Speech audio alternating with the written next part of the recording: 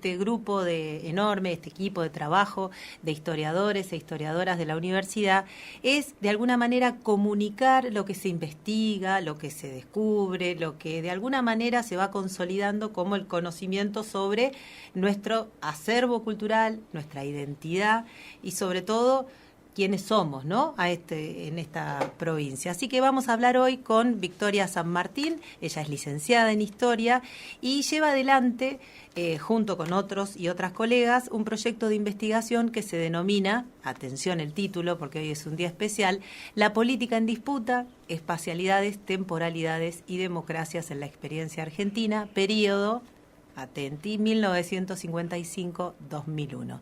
Así que vamos a charlar un ratito con Victoria sobre su tesis, que estuvo vinculada a esto. Bienvenida, Victoria, a Radio Nacional Santa Rosa. Hoy es un día muy especial para nosotros, así que te saludamos. Facundo Baraybar, Ana Romano y Mariana Cornejo. ¿Cómo? Hola, buen día, ¿cómo están? Un gusto. Muchas gracias por darme este espacio y por haberme tenido en cuenta. Por favor, al contrario, nos gusta mucho recibirte, conocerte. Bueno, contanos en primer lugar, Victoria, ¿dónde estás ahora? Mira, bueno, yo no pude viajar por cuestiones climáticas, no pude estar ahí con ustedes para conocerlos, así que estoy acá en mi casa en General Pico, bueno, esperando para comunicar un poco a qué se debe todo esto de la investigación en este proyecto. Bien, o sea que no estás renegando con la lluvia. No estoy renegando con la lluvia ni con la escuela porque me merecía este momentito, porque a todo esto soy profe orgullosamente y quiero decirlo en este contexto en el que estamos viviendo, orgullosamente recibida de la Universidad Nacional de La Pampa. Egresé como profesora en el 2016, de ahí en adelante empecé a trabajar en la localidad de General Pico en distintos colegios y este año logré terminar mi tesis de la licenciatura y poder recibirme nuevamente en la Universidad Nacional de La Pampa. Así que me parece que no es un dato menor para mencionar en este contexto que estamos atravesando. Seguro que sí, Victoria. Y bueno, vamos a hacer, mira, el puente histórico entre dos cosas. En primer lugar, tu laburo actual como profesora de secundario y tu tema de investigación de la tesis que tuvo que ver justamente con colegios secundarios de Pico, donde estás vos ahora, pero en el periodo del 75 al 84. Hacer como un puente en la memoria e ir para atrás. Contanos un poquito cómo surgió este tema y cómo lo fuiste armando. Bueno, mira, en primer lugar, algo que les decía, que por ahí es parte también de mi proceso. Yo terminé la licenciatura en el 2017 de cursar y de hacer todas las materias, me quedaba solamente la tesis, pero bueno, fui mamá, tuve 2 niños, así que más la docencia, me llevó mucho tiempo poder terminar y darle un fin a este proyecto de investigación. Tampoco quiero dejar de mencionar que fui parte durante mucho tiempo de los distintos proyectos que ha llevado adelante el doctor y profesor de la Universidad Roberto Pitaluga, siempre proyectos de investigación que atienden estas temporalidades, particularmente la historia reciente.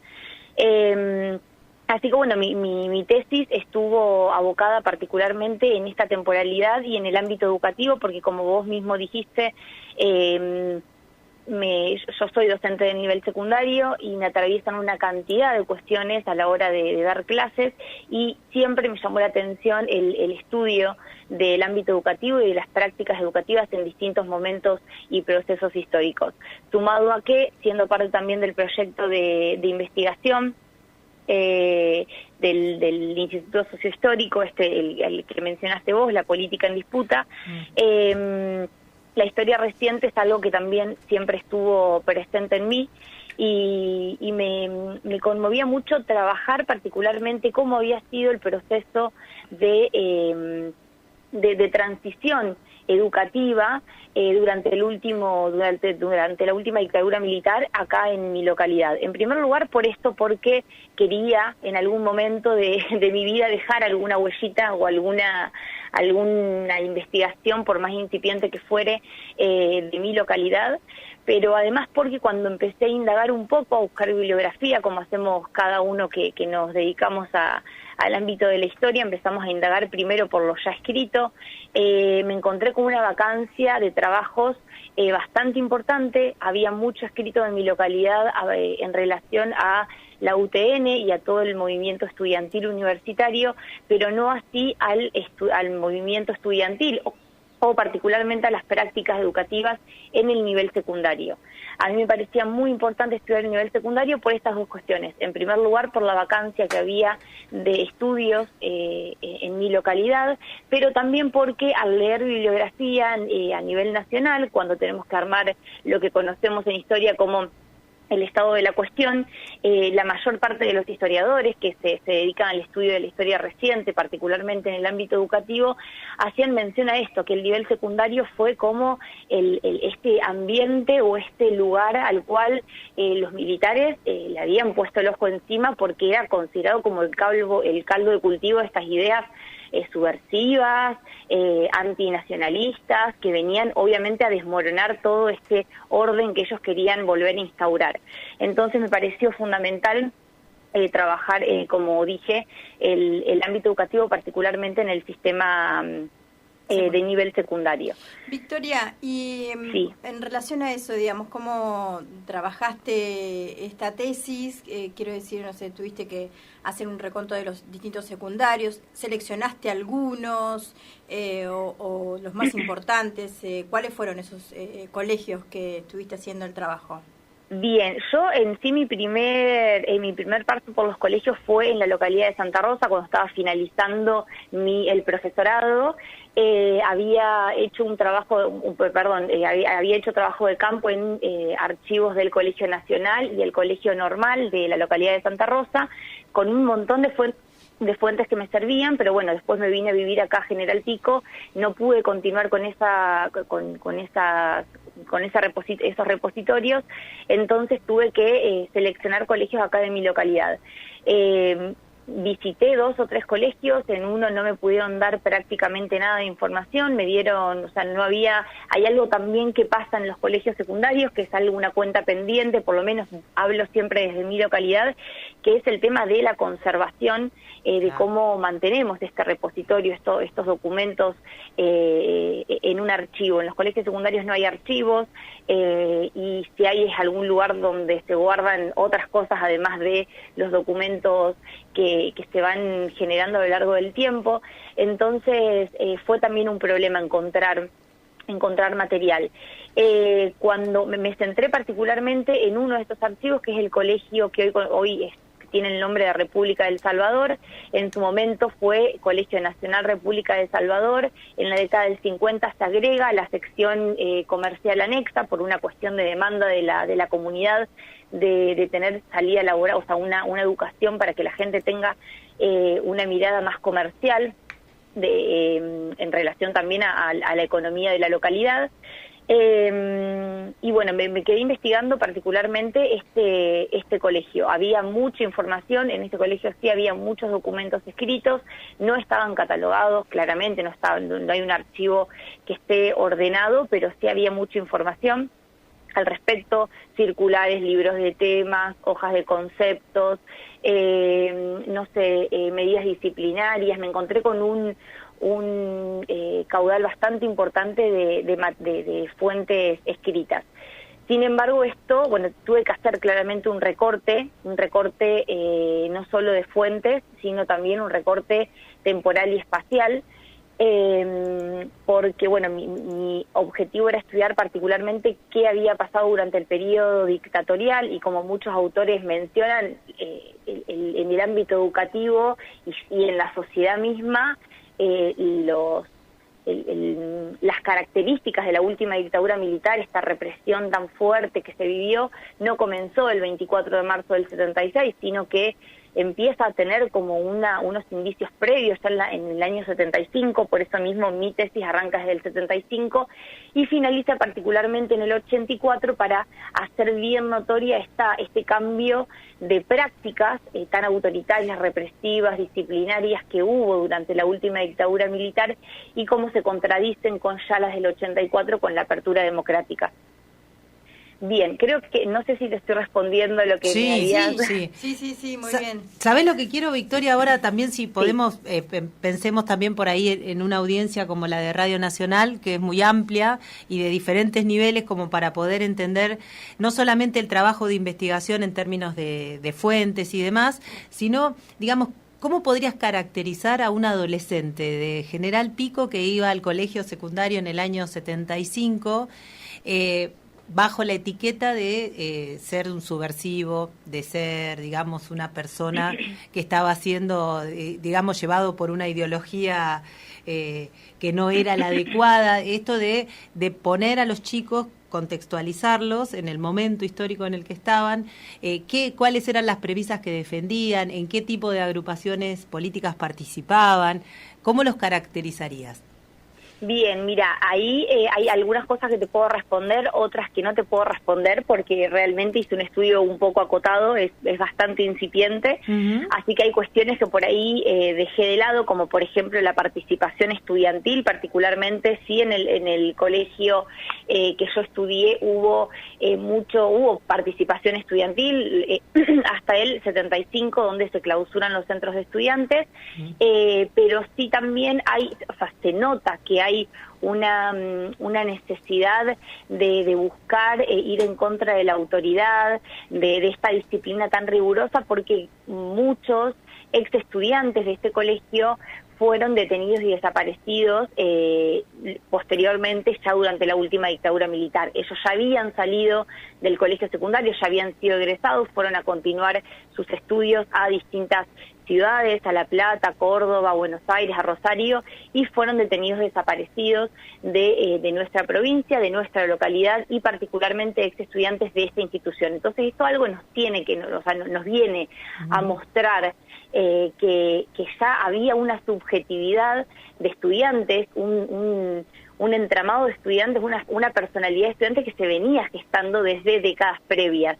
Por eso mismo mi trabajo trató de, vuelvo a decir, es un trabajo muy incipiente, pero traté más o menos de pensar qué cuestiones de la práctica pedagógica, porque claramente el 75-76 no fue algo rupturista que empezó a cambiar la pedagogía al 100%, sino que ya venía habiendo una pedagogía muy autoritaria en el colegio, porque lo vemos en las medidas disciplinares, lo vemos en las hojas de conceptos de qué es lo que se esperaba de un docente, por ejemplo, el tema de la puntualidad, el tema del orden, el tema del respeto, pero sí noté particularmente con no solamente las fuentes, sino también con los testimonios de ex estudiantes y de ex docentes, que el periodo de la última dictadura, del 75 al 83 particularmente, hubo características de la práctica pedagógica que fueron muy propias de ese periodo, a esta idea del control, del disciplinamiento, del respeto, del orden, que ya era algo típico y normal, que no se cuestionaba, claro. Que no se cuestionaban ni las adolescencias del momento, ni las familias del momento. También tenemos que entender que eran familias que acompañaban a las autoridades de las instituciones, no eran familias que iban a rebelarse, como, contradictoriamente podemos ver hoy en día, que cambió un montón esta idea de pensar a las subjetividades estudiantiles y pensar también a las distintas familias que nos acompañan hoy en la actualidad. En este momento la familia hacía y acataba lo que decía la institución.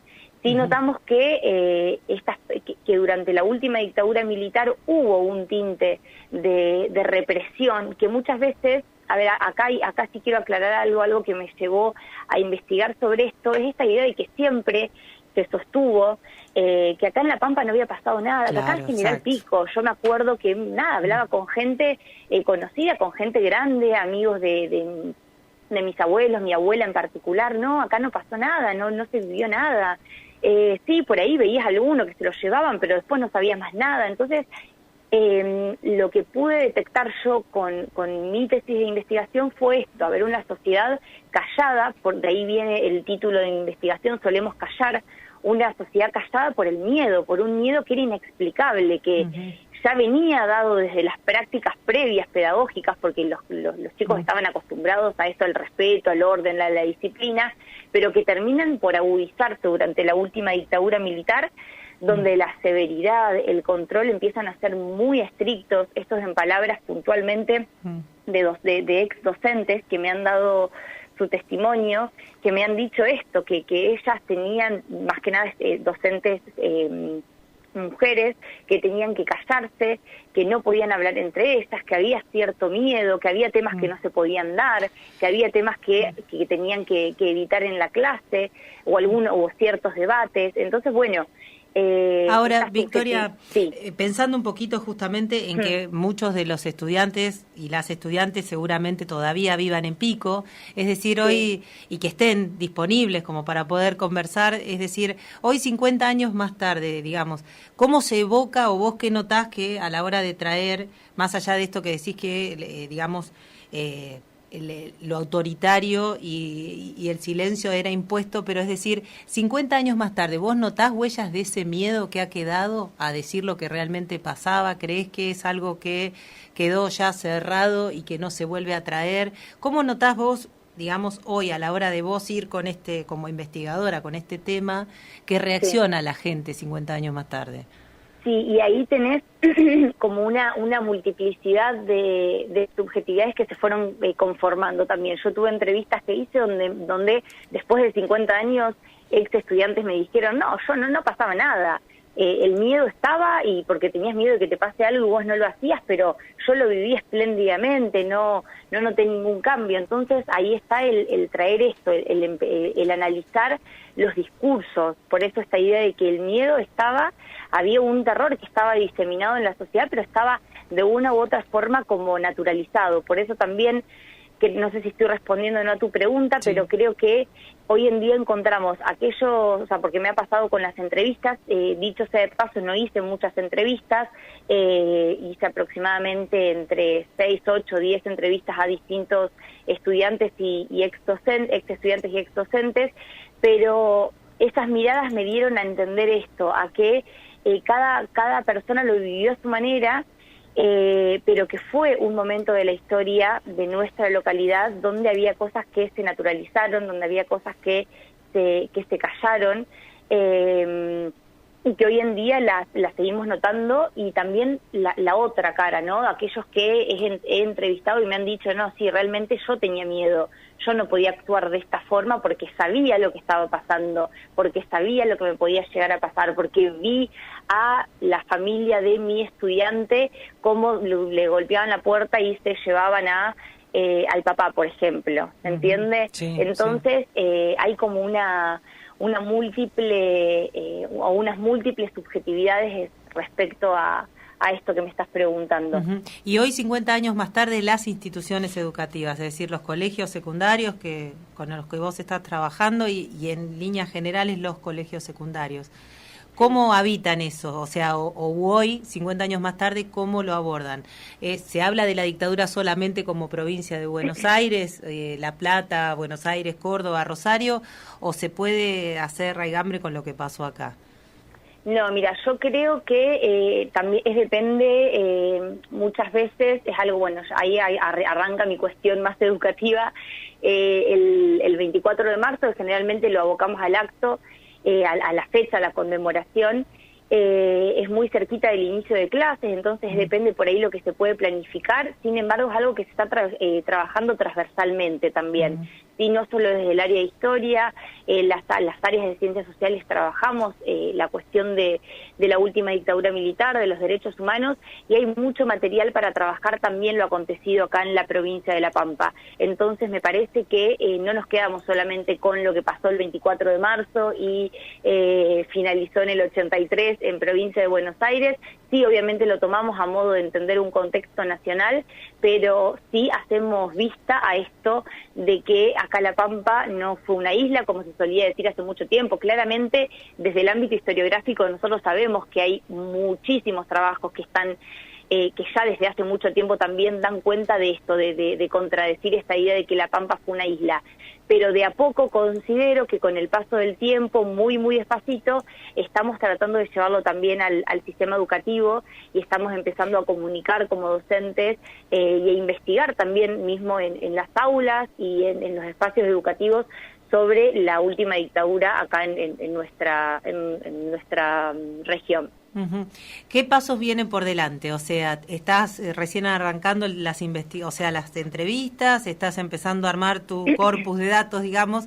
¿Qué queda por delante? ¿Qué tenés previsto? ¿Y cuándo calculás que vas a estar pudiendo dar a conocer las conclusiones de tu trabajo? Yo en sí, yo ya me recibí con este trabajo de investigación. Uh-huh. O sea, ya lo di por terminado para la entrega burocrática sería de la tesis. Esta fue mi tesis de investigación de la licenciatura. Sin embargo, como dije, como creo que lo mencioné hace un ratito, es un trabajo incipiente porque no había nada escrito respecto al tema en mi localidad, respecto a la última dictadura militar en el ámbito educativo del nivel secundario. Entonces considero que es un trabajo que puede servir para abrir nuevas posibles investigaciones, y yo por el momento no estoy pensando, sigo con historia reciente, pero por otros rumbos, por el momento. No estoy pensando en profundizarlo, pero sí es una cuenta pendiente de acá a futuro. Sí está previsto, tengo previsto seguir haciendo entrevistas, particularmente porque uno entiende que el tiempo pasa y necesitamos guardar justamente las voces de las personas que vivieron este momento, pero bueno, considero que es un trabajo que si se suma gente estaría buenísimo, porque es un trabajo bastante largo y hay mucha información, muchas fuentes que todavía claramente no he analizado, profundizado, así que bueno, invito a quien se quiera sumar a seguir investigando este tema. Victoria, la verdad que ha sido un gustazo charlar con vos, conocerte, que vengas de la mano también de este programa de comunicación pública de las ciencias sociales. Se va haciendo, digamos, camino al andar. Es otra propuesta de parte de tus colegas también y del Instituto de Estudios Sociohistóricos de justamente ablandar un poco esta cuestión acartonada a veces que tiene la academia para conocer las voces, lo que se hizo justamente y cómo pensamos, incluso desde la visión territorial y situada, la historia nuestra. Así que muchísimas gracias por estos minutos con Radio Nacional. No, al contrario, muchas gracias a ustedes y a todo el equipo también. Un gusto de mi parte. Un abrazo grande. Igualmente. Era Victoria San Martín, una profe joven, ¿sí? Licenciada en Historia en realidad, pero profe del secundario también. Nos estuvo contando justamente su tesis, que estuvo vinculada a las prácticas represivas en los colegios secundarios de General Pico. Es interesante esto que planteó de cuándo se pone la fecha de comienzo, ¿no? Hay una larga discusión, pero es bien huella identitaria pampeana ubicar, digamos, el plan sistemático de exterminio y el genocidio antes del 24 de marzo del